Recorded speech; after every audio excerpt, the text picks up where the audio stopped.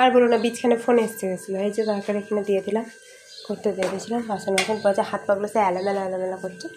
এটা শ্যামলকে রাত্রিবেলা চানাটা দেবো বলে ঠিক করছিলাম, মানে উগানোর জন্য ভিজিয়ে দিয়েছিলাম। এই যে বাসন পড়ে আছে, ছাতু তাড়াতাড়ি করে ছাতু গুলে তাড়াতাড়ি করে হাঁস করে খেয়ে গেছি। আর এসে বাড়ি এসে বাবু একাই চান করেছে, এখন তো একাই চান করে। ওই দেখো একলা খায় আর গিরায়া, ও তো একাই চান করে। এটা বাবুকে স্কুলে বেড দিয়েছিলাম, দিয়ে আমি বললাম বাবু তুই কর, মুছে দেবো। কালকে সমস্যা খাওয়ার পর দই খেয়ে নিয়েছিলাম, আর সমস্যাটা চাটনি দিয়ে খেয়েছিলাম। রাত্রে একটুখানি ভাঙা ছিল, ওই কারণের জন্য খেয়ে নিয়েছিলাম। একদম বাজে, এত কষ্ট হচ্ছে কোনো ধারণা নেই। এত ভেতর মনে শিক্ষণ শুয়ে পড়ি, কিন্তু বাবুকে খাওয়াতেই হবে, এটা মেন।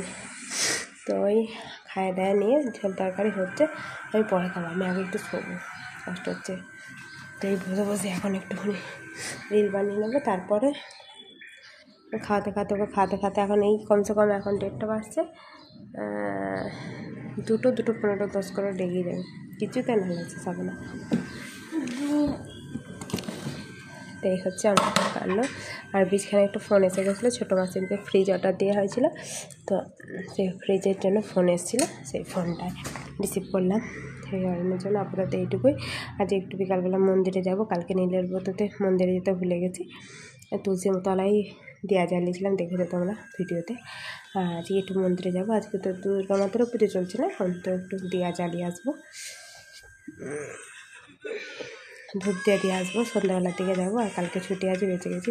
প্রচুর কষ্ট হচ্ছে, আমি স্কুলে যেন থাকতেই পারছি না, আমার এত কষ্ট হচ্ছে। বাচ্চাদের সাথে যে জড়িয়ে পড়াতে পারে, বাচ্চাদের সাথে পড়ানো তো কত হ্যারাসমেন্ট ব্যাপার, মানে একটা কথা তো শুনে না, কিছু করে না, তা বকা যাবে না, এরকম করে কত কষ্ট করে চলবে। তারপর আবার ম্যাম লোক ডাঁটা পাচ্ছিলো, সেই দাঁড়িয়ে যেতে হলো, চলে আসতে পারছি না, কত কষ্ট নেই। তারপর ম্যামটা আমি চলে গেছে, ম্যাম আসছি বলে আমি চলে এসেছি, আর পারছি না, এত কষ্ট হচ্ছে। মনে হচ্ছে জ্বর এসে গেছে, এরকম, কিন্তু জ্বর নেই, একদম পুরো আলা আছে, জ্বর থেকে উঠলে যেরকম হয় সেরকম আছে, আছে। সর্দি তো আছে, আগে তো ভাবছি নাকারটা খুলে নেবো, সর্দিটা কিন্তু ভালো লাগে, এত বিরক্ত লাগছে, সর্দি হবে না, একা তো সর্দি বেরোয়, ডবল প্রবলেম হচ্ছে। চলো আপাতত এইটুকুই, ভালো আবার দেখা হচ্ছে। মাসিদেরকে একটু ফোন করে বলে দিই যে তোমাদের ইয়ে আসছে, এখানে ওরা বহুত খুব, তো ওটা একটু বলে দিই। চলো বাই। হ্যালো এভরিওয়ান, তোমাদের সকলকে আর একটা নতুন ব্লগে স্বাগতম। বাবুকে ভাত খাচ্ছি, এটা মুসুরির ডাল ভাত, আর মুসুরির ডালে ডাঁটা, কী বলবো, এটা সজনে ডাঁটা দিয়ে দিয়েছিলাম। সজনে ডাঁটা আমি যে স্কুলে কাজ করি সেই স্কুলের ম্যামের কাছেই হয়েছিলাম, জ্যোৎস্না ম্যামের কাছে, তো আমাদেরকে অনেকটাই দিয়েছে, এরা এত দিয়েছে, তো সে যেমন পেরেছে নিয়ে এসছে, আমি যেরকম পেরেছি নিয়ে এসছি। এই যে সজনেটা আলু দিয়ে একটা তরকারি করছি, আর এই যে মুসুরির ডাল করে দিয়ে ডালটা একটু সজনেটা ফেলে দিচ্ছি বাবুকে তাড়াতাড়ি করে খাবো বলে। আর আমার শরীরটা খুব খারাপ লাগছে, কালকে একটু অ্যাসিডিটির মতো হয়ে গেছিলো, পটি ছিল, আলা পড়ে গেছি।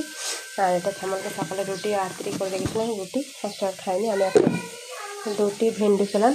আর এটা আগের দিনে ছোলার তরকারি আমি খেয়ে নেবো। আর রাত্রিরে আমি কালকে ভেন্ডি ভাজা করেছিলাম, রুটি করেছিলাম।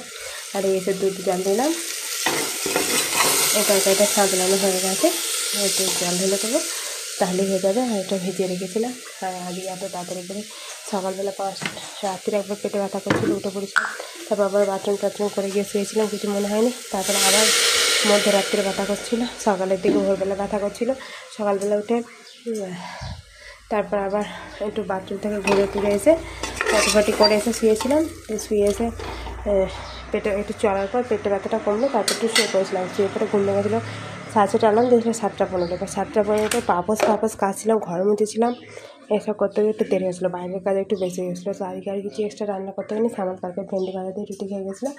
এই আমার হচ্ছে কাহানি দিয়ে তাড়াতাড়ি সে যেন নড়তে পারছি না। স্কুলে একটা বিস্কুট খেয়েছি, বিস্কুট খেয়েও কিছু যেন হচ্ছে না, কেমন একটা কষ্ট হচ্ছে। এই তারপরে এই প্রতিটা